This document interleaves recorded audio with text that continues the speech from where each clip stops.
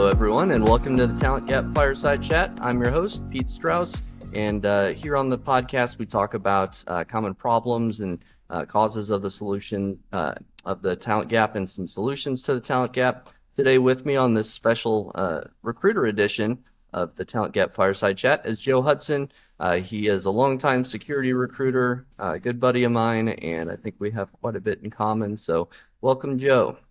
What's up, Pete? We definitely are, I'm long time, but not nearly as long as you. That's for sure. Yeah, it feels like it's been forever. This Absolutely. this industry ages you a bit, I think, and any of our security practitioners listening in can probably relate to that as well. But yeah, could you give our audience a little background on yourself and what you've been doing over the last few years professionally? Yep. Essentially just security recruiting and day in, day out for the last almost 6 years since 2017. Got here to Hunt Source, small firm specializing in cybersecurity, and jumped in, didn't know a thing, and honestly have been trying to figure it all out ever since. I think that it's kind of a changing narrative every day, and you and I stay in touch offline and talk about different things that we see and whatnot, and we're kind of experiencing a lot of the same things, and that's part of the journey of our jobs to like bounce off what's happening with us to other people that are in the same roles that we are to see, is it just me? Is this an industry thing? And I think that that's been like one of the most valuable things, man, over my time here, is having people like yourself that I can kind of confirm situations with or share ideas with. And honestly, that's why I was really pumped to see you do this podcast, because it's specifically addressing the elephant in the room that people talk about and don't exactly come up with solutions for. So I think you're directly highlighting like the thing that keeps me up at night and has my brain working. So it's all pretty much any role under the sun for cybersecurity. And mostly it's all private sector stuff. I don't do anything on the government side. I actually had to let a guy know today. He said, "Hey, I could see all the great value that HuntSource has done in the government cleared jobs," and sent me another email saying, "Hey, did you see my last email?" I said, "I did, but I figured it was spam considering we do none of that." So take me off your list. Good luck.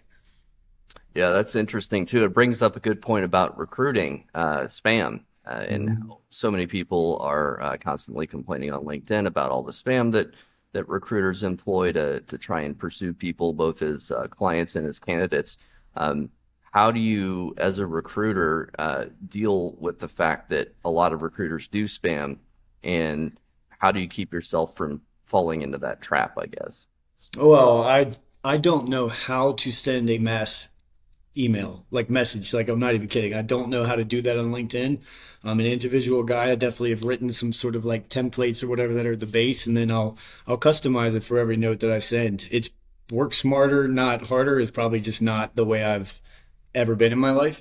I tell candidates though, like a couple things. One, put your middle initial next to your first name in your LinkedIn, right? If you just are getting spammed all the time and you just want to at least weed out who's spamming you, because if it says, "Hey, Joe B," I'll know, okay, I'm one of however many messages came through. I still might read it, I still might reply, but at least I know I got spammed. But on the flip side, just because you get spam doesn't mean it's not a great job. The quality of the delivery might be bad, but something I've kind of said many times is like, we've all been to a restaurant and had some delicious food delivered to us by a terrible waiter, and it's something that you are probably going to look back on the experience and be like, well, it might not be the recruiter I go to for everything, but they might have a bunch of jobs. And I'm looking for a good job right now, not a good recruiter necessarily. So it's kind of an interesting conversation, and I think it differs for everybody, but it's relentless spam from every direction for everyone, not just candidates. People like you and me every day getting junk thrown at us relentlessly.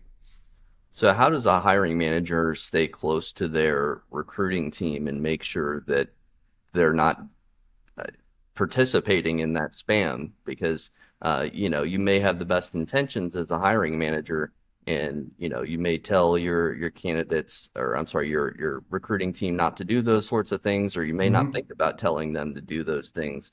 What are some best practices, I guess, in working with recruiting and HR teams to make sure that they're doing things the right way? Man, that's so you talking about hiring managers working with like their internal recruiting partners and or Yeah, or it could external, be or external. Yeah. well, I think you and I did the chat with the Twin Cities ISC Squared a couple years ago. You invited me to that, and the main thing I remember from that, I think you and I talked about, was when I had asked, and I think there was like 35 people, managers on that call, and I had asked them, raise your hand if you have ever asked your candidates that you're interviewing, how has the experience been working with that third party agency that brought you to me? And they kind of chuckled and they were like, I've never ever asked that in my career. Not a single one in that entire room had asked that question. And that to me is like an atrocity. You know, if I'm going, we're sitting here talking about cybersecurity, we're talking about third party security relentlessly and the risk and stuff that is tied to all these vendors that these companies are working with, but they're not looking at the cybersecurity people that, like us, that are being trusted to be an extension of that company and not asking how we're doing. It's just like, how many resumes have I seen? How good is the quality? It's like, well, what's the quality of the experience working? Because I'm out here, I'm your mascot in the market. You're paying me $30,000-$40,000 to go find you a person. And you're not asking anybody how I'm doing. How's the experience? How did they even tell the candidate about us? You know what I mean? And I've a few times recently, I've gone up with some candidates that I found out, hey, I was already submitted to that role. And I'm like, huh, interesting. I didn't know that they were working with another firm. They were like, well, it doesn't sound like it's official, but they kind of threw me over the fence. I said, well, what's the last time you heard from the recruiter? They're like, oh, I haven't heard from them since they contacted me. And it's kind of like, that's a risky move for a hiring manager to give the keys to a reputation to a firm that they're not even checking up on. Yeah, So especially if it's a niche role, there may only be a handful of people in the entire U.S. that fit the that's a good bill for point. that job. And if there's only two candidates that potentially would interview with you, and you've just nixed two of them by ruining your reputation by going with the wrong recruiter, you've just shot yourself in the foot or on your very narrow hire that you're looking to hire. So super crucial. I actually just heard a Good story point. yesterday. A C-suite executive I've worked with in the past that managed a DFIR firm. He recently accepted a new job offer for a CEO for another incident response firm. And he said the firm that he had worked with, their recruiting firm, they would not respond to contacts, for multiple days when he asked for some prep for an interview for this executive role. Hmm. And he said it was $100,000 fee, and they didn't spend the few minutes to prep him for the interview that he had coming up that next I'm week. on a plane flying to that guy's house if I need to sit down and take him out to dinner for the next 3 days. Hey man, I'm moving in. We're gonna get you really prepped. $100,000 fee. If I'm that hiring manager, I'm asking the firm that I've just said I'll give you guys this job. I'm asking to talk to the recruiter personally who's in charge of running that search. Why not? Talk to that person for 30 minutes and go, you know what? That guy sucks. That guy was not interested. He didn't ask me any questions. He just seemed like a goober. I don't trust this person to be out there. Or, hey, that guy or that woman is sharp. They seem to really get the mission of what we're trying to accomplish. They can really articulate and sell the company. $100,000 and you're not asking for that conversation. To me, it's such a simple like way to address a big problem in between all the hodgepodge of hiring manager, HR, internal recruiting team, external recruiting team, 4 different pages. You know what I mean? At least get the people that are out there uh, being an extension of your company and being like the true salesperson for your company in the market. Get them on the same page. Make sure they're on the same page. 30-minute conversation for $100,000 job. Do it. You know, Yeah, it's really crazy. for any sort of job, because it's going to save you time in the long run. And I've talked to other guests about this, that if you get started on a search and the recruiter doesn't know exactly what they're looking for, they could just keep throwing resumes at you, and you're so busy you're probably just going to ignore the ones that don't fit. Yep. Well, if you do that and you don't take the opportunity to let somebody know, hey, this is why they're not a fit, you're going to keep getting those bad resumes, and you're going to end up wasting a bunch of time reviewing resumes or interviewing people that aren't fits. Whereas if you just spent the 30 minutes up front to set expectations about what that person needs to look like, both tangibles and intangibles, it's going to save you a ton of time on the back end. I'm sure you can speak to this, Joe. What the frustrations of being a recruiter? Like, what are some of the challenges and frustrations you have as a security recruiter working with People, teams? Yeah. people are people are as unpredictable. They're just predictably unpredictable. And I don't mean just candidates. I mean, most of the candidates I work with, I get a good vibe in the first 15, 20 minutes of whether or not this is going to be a partnership and if I want to be in a partnership with them and vice versa. And I remember this guy, Justin. I'll just say Justin. I helped him so many times on his own with nothing to gain from it, resumes, interview prep. And I got him an interview. This is about 3 years into my job. I got him an interview just kind of out of thin air and got the director to agree to meet physically. You know what I mean? And the guy just didn't show up. And then he never responded to me. And I'd helped him probably 25 times at that point. You know what I mean? And I could tell that he was embarrassed. Something happened. I know what happened now at this point. But at that point, I was like, I'm sure he's dead or in a hospital because there's no way this guy would burn me. And he burned me. You know what I mean? And it was like, my wife, she always talks about how naive I am with people and I'm always too loyal and kind of trusting. And she's right. I'd rather be that way than distrusting all the time. But in that moment, I just wish that I was a pessimist and I just always expected it because it wouldn't have stung so bad. But, hiring managers, like we just said, this great guy. I mean, he's an amazing manager. We love working with him. He's got an urgent need. We got him 5 candidates and he's like, hey, by the way, I'm going to be in another country for the next month. I can't interview any people. And that's nothing against him. It's just that as a recruiter, when you're dealing with that, I worked 15 hours last weekend, man. I was up till 4:45 a.m. on Saturday night, formatting resumes, and I was having fun because it was like old school Joe Hudson grinding it out, making some money, trying to make some magic happen. And it's like, hey, by the way, all that was kind of for nothing, potentially. And those moments, they just always come up in some way. People will create some sort of unpredictable bomb that you have to deal with. And it is personal. You know what I mean? It's our time, it's our energy. We're thinking forward towards success and growth and chipping away at hiring and helping people, getting people excited for interviews that all of a sudden fall apart. It's just such a roller coaster that some days definitely I'm like, oh, I'm definitely going to go work at the ceiling fan and lighting section at Lowe's. It's so relaxing in that little spot, and then other days it's the most fulfilling job in the entire world, man, where you really get a chance to help somebody and it goes smoothly. So it's a real tug of war, but it is a tug of war emotionally, and I'm sure you felt it tenfold on that. Oh, for sure. Yeah. Especially being a business owner, you get the Yeah, throw that on the pile. yeah. The highs and lows become even more extreme in owning a business too, for sure. So I guess what are some best practices for hiring managers to ensure that you're not abusing your recruiters, but then also providing for the best possible candidate experience?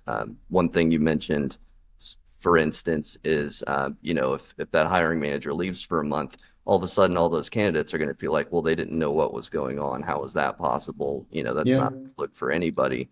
And people aren't going to stick around for a whole month just to interview somewhere. And that's another good point. I think people should realize that if somebody's on the market and they're looking and they have an in-demand skill set, they're not going to be on the market for more than a couple of weeks before somebody snaps them up. And the first movers usually win in that scenario. And with the less hoops to jump through too, especially for the people that have options. So aside from those, I guess, what are some other best practices for making sure you can get some people on board as a hiring manager? Well, first and foremost, know what you want. How many job descriptions have you seen in your career where you're like, I could go to a conference and I won't find all of the people that make this one job description. You know what I mean? It's know what you really want, know what you really need, and then just really zone in on that, but also communicate that clearly. Don't cut corners on this part. You're trying to hire someone. You're paying an internal recruiting team, hopefully, to find that. I mean, you and I've probably talked in the past about our jobs as external recruiters. It kind of sucks that our profession even exists because that means we're only used because someone's failing, or someone thinks that they can't get the job done. And it's it stinks that even has to become a scenario that you have to pay $40, $50, $100,000 externally to a firm that doesn't even follow up with the candidate. You know what I mean? It's kind of man, where's the breakdown here? But I think if you're a manager, know what you really want and communicate it very clearly and make sure that the internal recruiting team can tell it back to you. And then go through sort of a phase of hey, I want you to send me 3 candidates over the next 2 days. I want to just gauge how we're looking, and it's okay. If you're not spot on, don't worry about it. But I'm going to teach you along this way because we've got about 2-3 weeks before we got to call out the dogs and get the external agencies. And I want you to win this because I don't want to have to go externally. So let's partner on this. Make time for that partnership. If there is an internal team, in my opinion, that can't find the right talent, if they're only depending on applicants, the job description there's something wrong with it. If they're sending outbound but they're finding all the wrong candidates, the hiring manager has not either articulated it properly to the internal recruiter, or you got the wrong internal recruiter, right? And then if all that falls apart, if you're not willing to make time to really download with an external agency, you're not enabling them at all. You need to put 30 minutes, 45 minutes or whatnot and sell them on your job. Don't just we want to get jobs, but we don't want to get bad jobs. We don't want to just take any job. I don't want to go support somebody that I think's a prick. I don't want to go support a company that I don't believe in. Sell me too on this opportunity so I can go sell that opportunity in the market. So I think that there's just cutting corners in this process all the time. And there's really not like this ownership and pride in crushing each job opening. It's tough to hire people in this market. So spend a couple hours making it exciting, making it legitimate, or fighting to get the things that you need to make it a good job. Otherwise, scrap it and reinvent the job if you need to, because if it's not getting filled, if all parties involved are not able to fill this job, the job is the problem, in my opinion. So unless it's just like one of those crazy jobs that you see in the market that like 3 people exist for. So Yeah, we get a lot of those for sure. oh yeah. What about now? You'd mentioned kind of applications, especially for internal recruiting teams. I think a lot of them rely on applications to a given job versus going out there to the market and finding somebody. I'm a big proponent of outbound activity because I believe Yep. that's how you find people more directly that are fits, and you don't have to parse through all of the applicants that may not be fits or that are completely unrelated. I guess how would you advise hiring managers or internal recruiting teams to focus on that outbound activity? And I guess make a case for outbound activity if you believe that's the better way to go. If Mhm. not, let me know. Definitely outbound. I mean, I got a great candidate the other night that I submitted and he applied. He didn't apply to the job that I posted, that I needed him for. I found him applying for a job that was completely unrelated. I was like, you'd be an amazing fit for this other role I got. But most of the time I get applicants, I would say most of the jobs I fill are not from applicants. It's from either networking and referrals. I mean, you were talking about that CEO earlier. I knew who you were talking about because you were kind enough to make the introduction to me because you're looking out for that candidate. You're trying to improve his chances of getting somewhere. Not a lot of recruiters are going to do that, but that's how I get a lot of placements is referrals from people I trust. And I think that being in here long enough, that's the beauty of being around long enough is that you can get some trust and get those. But outbound is to me a much more just dependable way for me to know what I'm looking for and to not try to make someone work, because if someone's applying, it's a little bit different when they're trying to sell me on them versus I'm trying to sell the candidate on my opportunity or even just working with me. Because I don't always reach out to people with just a job. I might reach out proactively. I might reach out because I see something's up in the market and I just want to establish communication and say, hey, you might have a rainy day over the next couple months, giving you a resource in the back pocket. But the process for the companies, these big corporations with their applicants, like they have rules in place sometimes that they can't even reach out to people. I know a big bank, they got this pen tester who his boss created a job for him and it was for him specifically and said, you're the guy for the job. They had to open the position. They could not contact anybody for 3 months. The role had to be open for 3 months. They had to collect the applicants. They couldn't even respond to the applicants until the position expired. Then they had to set up a certain number of interviews. They had to meet a certain number of DE&I requirements for those interviews. They made him interview 4 times. Then he got the job. So it was like 4.5 months later, he got the job that was created for him. And they totally just wasted all that time and all the hopes for those internal applicants, right? It was just like, who came up with that idea? You know what I mean? Take that idea and light it on fire right now, because that is an absolutely atrocious idea. And it's also extremely misleading. You're giving people who are taking time out of their day, maybe taking time away from their jobs, to interview for that job that they never had a chance for. It's like, Man, we could just keep going for like 4 more hours on some of these issues. Well, so you kind of just described one reason somebody might see a bunch of ghosting. Yeah. Um, and obviously, it's a pretty rampant problem. People talk about how they just never hear back about their jobs. They've applied to, 200 positions out there.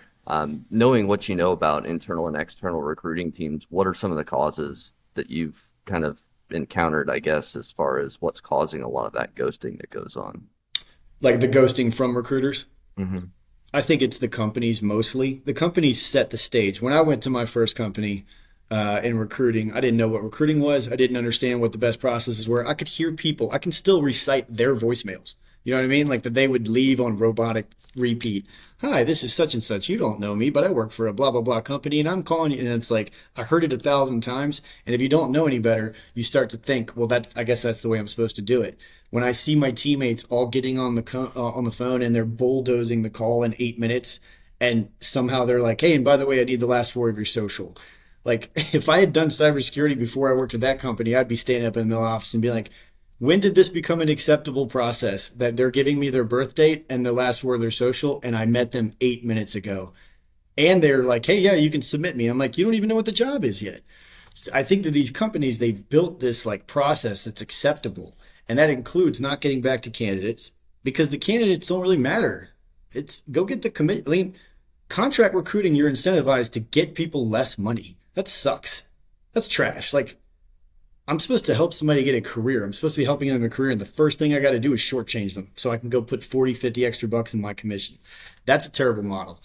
The ghosting is just put yourself in their shoes for a second. You're waking up thinking about the job. You're going to bed thinking about the job. All day, you're just staring at your phone, waiting for that email, waiting for that text, waiting for that response. I'm talking to candidates where they're asking me, like, when is the appropriate time for me to follow up with this recruiter so I don't pester them?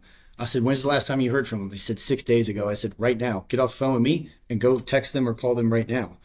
This is your top priority. If it's not their top priority, find out quickly and try not to, put too much investment in it. But the ghosting I just think is unacceptable. I'm sure I've accidentally not responded to people, or not gotten back to people like I needed to or as quickly as they would have liked, but I've never intentionally ghosted somebody.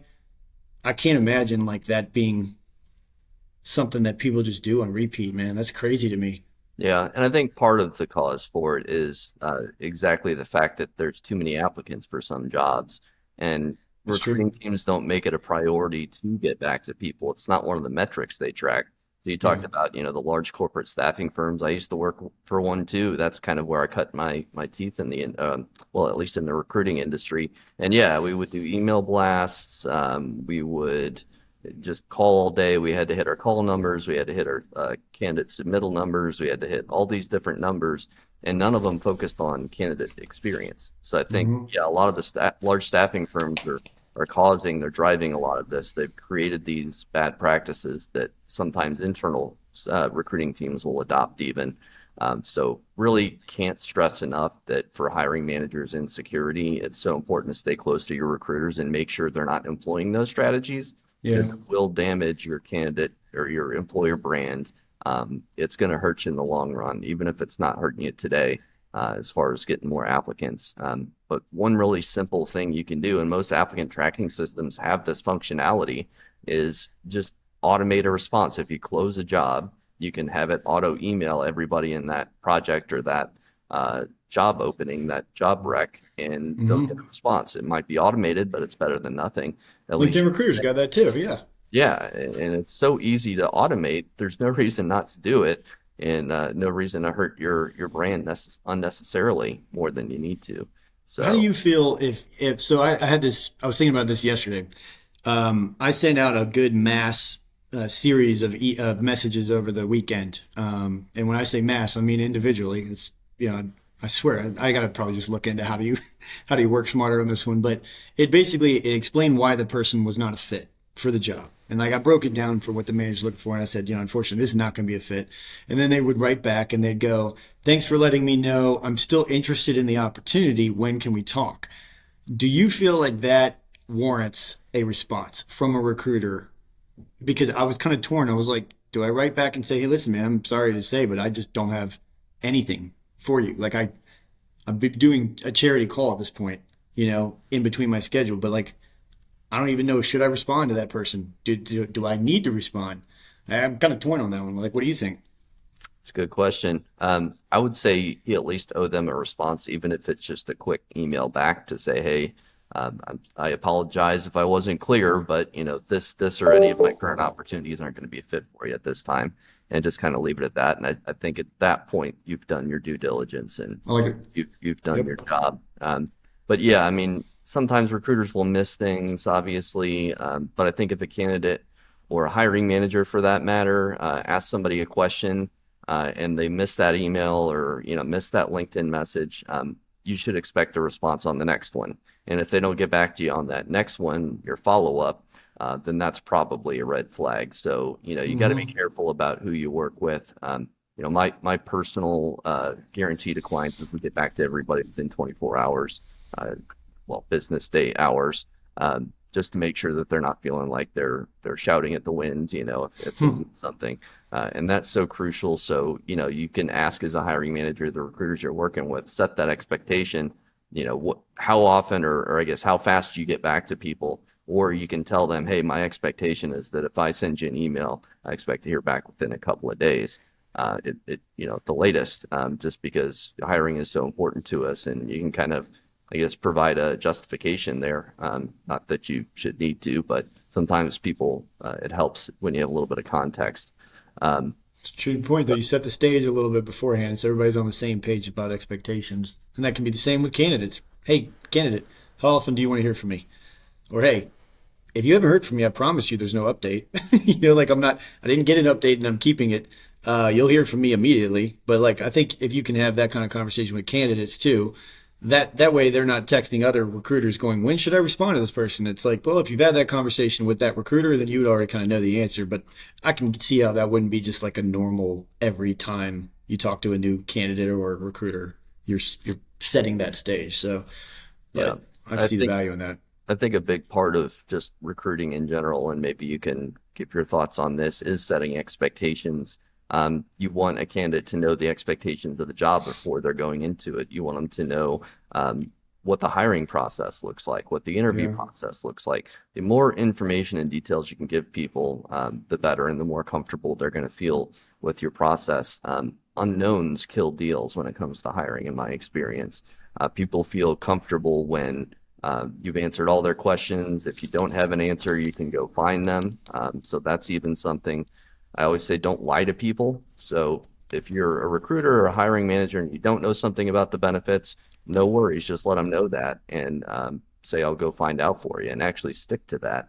And people really appreciate that transparency and you know, just setting expectations and stuff like that. So I wrote uh, that down. Unknowns kill deals. I'm going to remember that. That was I good. It's very appreciate true. Spot on true. Well, awesome.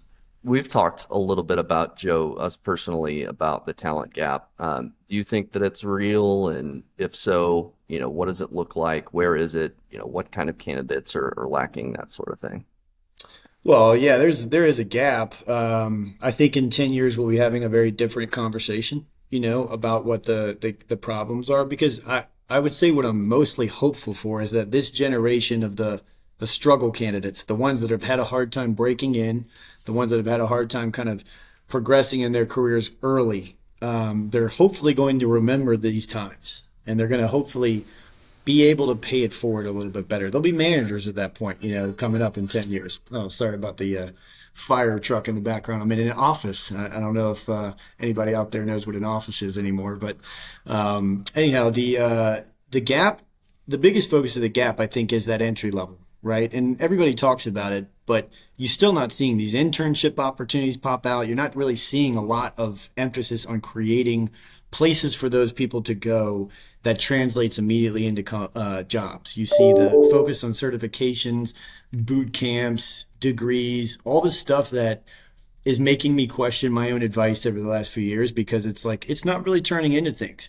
At the same time, I think a lot of the numbers are just BS. It's like propaganda to push tools or new services into companies. Hey, you really need to focus on this because what is it, 3.5 million? Like I've been saying that for years. Like that's a crock. There's no chance there's that many openings that are legitimately open every job that we go find online, for example, that's open, if they're working with multiple firms, it's posted 10 times.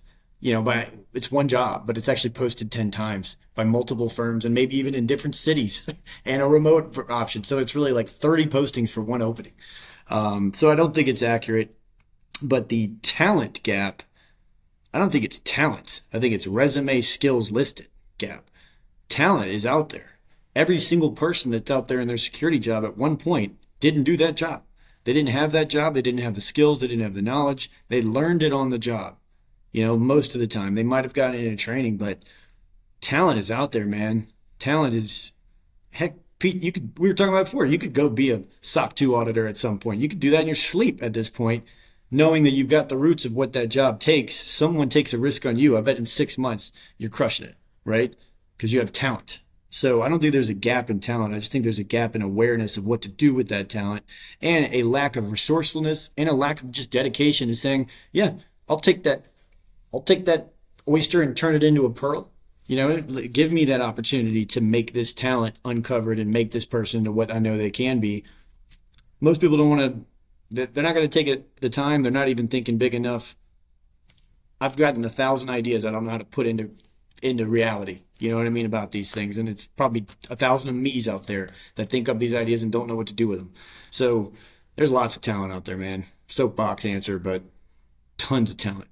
Yeah, I think there's probably, if I had to estimate, on the order of magnitude of, tens of thousands of people trying to break into the industry that can't. There's just, I think there's a lot of focus on, hey, candidates, here's how you present yourself, and here's what you need to look like, and you need to do home labs, and there's a lot of that, but there's really not enough focus on the hiring side.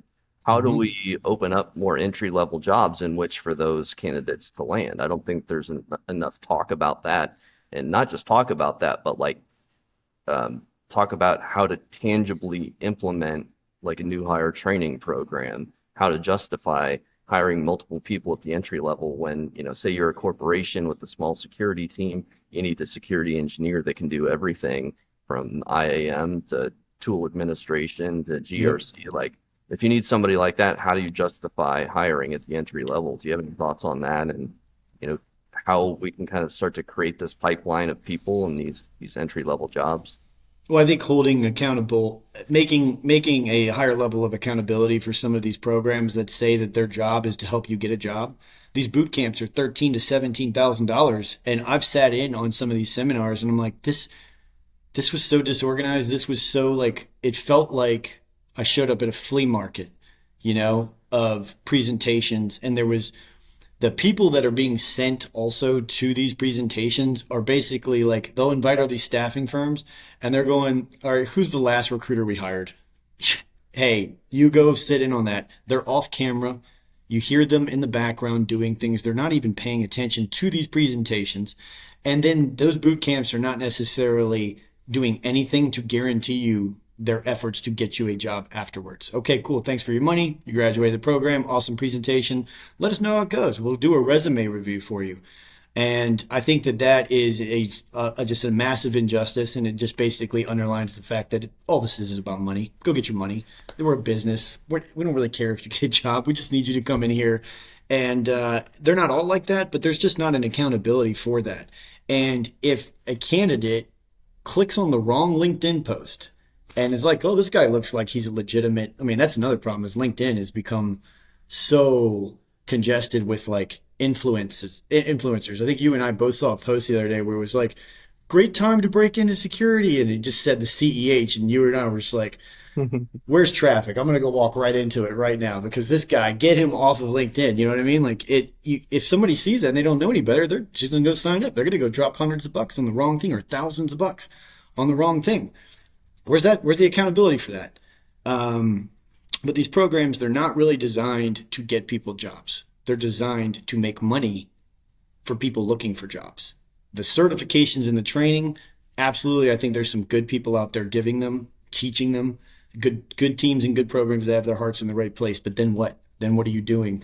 It doesn't mean that you have to do that. That's not your job or your goal, obviously. But if you are really invested in closing this talent gap, what are you doing also to really focus on that besides just getting them a piece of paper? And I feel like a ton of the responsibility falls on people like you and me to be magicians and connect all these dots and reach out to people. I get messages all the time from people like, hey, do you know anything about this company? I'm like chasing that stuff down. And you reach out to an internal recruiter and say, hey, I advise this guy to apply to your job posting. There's literally nothing I can get out of it. I just want to talk to you about his background. They're like, hey, Joe, sorry, we don't work with third party firms. I'm like, I'm not trying to work with you. I'm trying to go to bat for this guy by sending you a message and make sure his resume gets reviewed and then no response. You know what I mean? Where's the accountability? If you really mean that you want to close this gap, just take the extra step to do it like we're doing. And it sucks, man. I feel like this entire chat, I'm just starting to like have everything boil up to the top because I am at a boiling point with watching people push out a lot of fluff, push out a lot of content, and content is just like, what are you actually doing to close these gaps? It's a very disheartening thing to see every day. Yeah, I mean, I think whenever there's monetary incentives to do something, certain behaviors are going to rise Yeah, up out of that because the true. incentives exist. So, given that the certification companies uh, obviously the universities offering these degrees and saying, hey, make $80,000 out of school, make 100 grand out of school, ha- you know, obviously, as recruiters that really understand this field, it's important for us to hold people to account. But say you don't know all the certification companies, you don't know Right. somebody over there. Um, I think you probably need some of the practitioners. Maybe we need to talk to more of the folks at ISC Squared or Yeah. ISACA and be like, hey, we got to do something about this. Make sure that they're teaching what hiring managers are actually looking for. But like I said, at the end of the day, we just need more entry level jobs. So do you have any ideas about how monetarily we can justify or hiring managers can justify building those pipelines, those entry level jobs and training people up? I think so. I mean, I think you can look at what do we have currently that we're spending money on, right? And that's part of our security budget. Whether or not we got two EDR tools for some reason in here, right? Can we cut one of those and open up a program that will pay for 4 interns this year just by cutting that one tool? Nothing changes in our budget. We don't have to increase any budget. Okay, cool. That's a yes. Great. Internally, let me go talk to everybody here that might be interested in paying it forward and being a part of this internship program. Is anybody interested in raising their hand and taking ownership of this program? Yes, check. Great. Now we got something going here that actually makes sense. But first, looking at like where are you spending your money under the hood? If we go to any company and we talk to them about everything, if you and I were basically like security tax auditors, and like where are you spending all your money? I bet every single company is wasting a ton of money, right? The redundancy of tools, the redundancy of positions. You can take some of these positions of people that are actually bored in their jobs and combine those into one job and pay somebody 130 instead of $270,000 jobs, and you're getting a little bit of cash, bang for your buck. If you don't have a training program, okay, well, why? You're not incentivizing your people to get better at their jobs here. How is there not a budget allotted for training? That's telling me, if I'm a candidate, you're not that invested in security or the future of security here. But there's so many places that you could take money and put it towards this. You just have to have somebody that wants to take ownership of it. And then you start to connect with other organizations that have done this and share. It's a small community, like these people should be able to connect and say, can we pay you money as an external consultant to come in here and kind of just 6 to 12 hours, break it down. Like, how did you guys do this successfully? And then he'll be like, I'll do it for free because I really care about paying it forward. So no need to, or whatever, or you pay him. But like, there's endless resources out there. There's also terrible marketing of some of these great programs, the internship programs. I find out all the time about conversations with people, and I'm like, I've never seen or heard anything of you guys doing that kind of program. They're like, huh, yeah, you're right. Well, maybe that's why we're struggling finding some interns. I'm like, dude, you'd have 1,000 applicants for that if you just put that up today. But the fact that you're not even sharing it with people, so there's bad marketing for it. Nobody really knows where to look for these internships. Nobody really knows how to find them. And I'm talking to people that are desperate, and they're getting really scary desperate, like end of their rope desperate, and they've been holding out for that security role. And I'm having to tell them, like, dude, get any job you want. Just get a job for now, get some money, but you can't just keep holding out for these things because they're not just popping up. But these companies, if they really want to close the gap for themselves, hire cheap, invest in the training, grow them up. You've got loyalty from these candidates for giving them a shot, for investing in their future. And if they outgrow their role, they're still part of the security community. They're still part of the good guys team, and that's just natural. But you're going to lose these people anyways, but you got to get them first. And if you can get them cheap, and as opposed to letting a job stay open for 6 months that you're trying to pay 140 for, it just, where's the logic in that? I don't get it. So Yeah, I've another said things soapbox. similar in the past where, basically if you think about your time to hire and actually analyze what it is, if you had a position open for 6 or 9 months, think about what that's costing you in terms of security posture, or if you're like an MSSP or consulting firm, monetarily, how many projects have you had to skip or push off because that person isn't on board? Think about what it's costing you, and then you can more easily justify hiring somebody more junior sooner, quicker, and then spending a couple of months getting them ramped up and ready to go. So that's one way. I heard another guest I talked to had a great idea that basically if you have a given security organization, say you have 5 people on the team, think about the responsibilities that each of those people have that they don't really like doing, or is kind of grunt work, and some things that you could delegate. Each person may not have enough to support one new person, but if you combine the Hmm. responsibilities of those 5 people, that they have a bunch of grunt work that they don't want to do, combine it from those 5 people, and then boom, you've created an entry level job versus hiring somebody who's, say 170, who's super senior, that's going to do the grunt work plus everything else. Yeah. Rather than doing that, figure out a way to piece together responsibilities for that more junior person. Um, and that's a good way to go about it. And you retain probably those other senior people longer because they now don't have that work that they don't want to do to complain about. So you're you're probably keeping other people longer too. So that's a great idea, whoever said that. But I think that makes probably the most logical sense of any idea I've heard. Yeah, and I hear a lot of pushback too on the whole, hiring new and younger talent and mentoring people. The pushback is, okay, well, what if we train the stock analyst and in 6 or 12 months they're going to be gone because they're, Hmm. magically they've gotten that year of experience and their market demand shoots through the roof. So how would you recommend, as a recruiter that talks to people about their motivators every day and why they're looking to leave a company, what would you recommend to hiring managers to hang on to people past that, 6, 12 month mark? Well, I think, it makes sense that someone would assume someone's just going to leave after 6 to 12 months unless you work at a great company and make it a great team. I mean, believe in yourself and buy into yourself. Why are you there if you don't think that that company can hang on to somebody? You know what I mean? Like, why do you work there if you don't think that you guys can hang on to people for 12 months? Leave yourself. Go somewhere where you believe in the longevity and people are going to want to stick it out. But I really believe that a lot of people, first and foremost, 1 year minimum is kind of what people in their brains are thinking when they start a job. I at least want to be there a year, right? But in that year, you don't know what kind of growth they're going to see to where they're getting elevated. You take care of them financially and you say, hey, you did an amazing job here. We're going to give you a little side bonus or whatever, just a thank you bonus, or we're going to promote you. Or hey, there's at least a track for that. But if you go into it assuming that they're just going to leave, there's a bigger problem, in my opinion. If you train them incredibly and you really give them that one-on-one attention and you're showing them applicable skills that they can use in their job, but it's also customized more for your environment. And you're giving them, good mentoring and career advice. Like, that's not just giving. I hope that that's fulfilling for people. I hope that that's good practice for people in the future of their careers. And it's not just a one-way street, but like, you can't have the attitude that people are just going to leave guaranteed after 6 to 12 months unless the job sucks. And if the job sucks, make it a better job. Figure out a way to make it a better job or leave.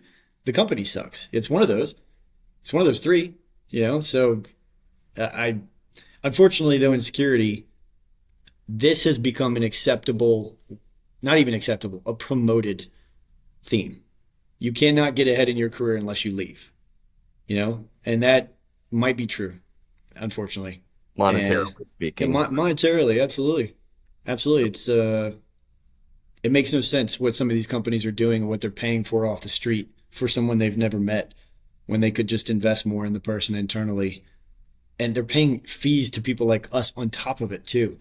$30,000 sign on, $30,000 fee, $40,000 fee, $160,000 job. Or let me go look at that $80,000 guy we got over here who's been here for a year and really put my time and energy into him. And I bet in a year he's a 120K guy and he's not going anywhere.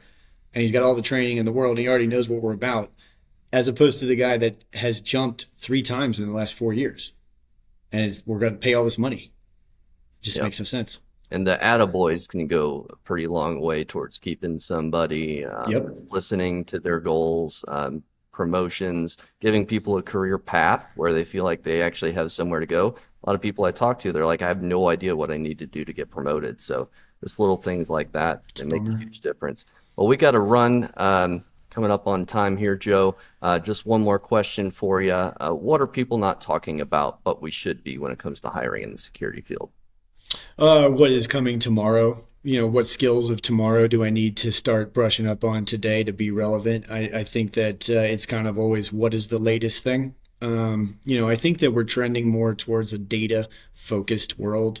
Everything is tied to data. Everything within security world is tied to data. And I think that it's kind of like, I think that when you go to college, you should be required to take an economics and personal finance management class. I think that if you're going into security, you really need to know how to work with good quality data, how to even look at from an automation standpoint. If you can know how to be the one that is automating something, you're probably more likely to be the one keeping the job, but also how to read data appropriately and work with like data science teams and some of the machine learning and whatnot. If you're looking for training, for example, and you're like, I don't know where to start, I'm telling people, obviously, here's some different security courses or affordable trainings or people to align yourself with, but also I would go start looking at some of this data science and machine learning stuff, because there's no tool out there that's not talking about it. There's no teams out there that are not talking about it. You're seeing cyber data science teams and jobs and stuff popping up all the time. So I really think that that's something I would like to see more talked about, because I do think in the next 3 to 4 years, we're going to be looking for a ton of cyber data scientists and vice versa. So it's just something I haven't really seen people talking about much. Awesome. That's a great answer. How can people find you online if they're interested in speaking with you? Well, I'm usually live online about 14 hours a day, so you can just message me. But LinkedIn, Joe Hudson at HuntSource. I am not active on Twitter. I ran out of time to communicate. I'm pretty much Mr. LinkedIn. That's where I am. My email, jhudson@huntsource.io. Might regret giving that out, but absolutely feel free to message me. But I'm pretty much always open for business on LinkedIn, and that's where I stick on the professional side. Awesome. Well, thanks, Joe, for your time. Thanks for being on the Talent Gap Fireside Chat podcast, and we'll do this again sometime. Thank you, buddy. Appreciate it, man.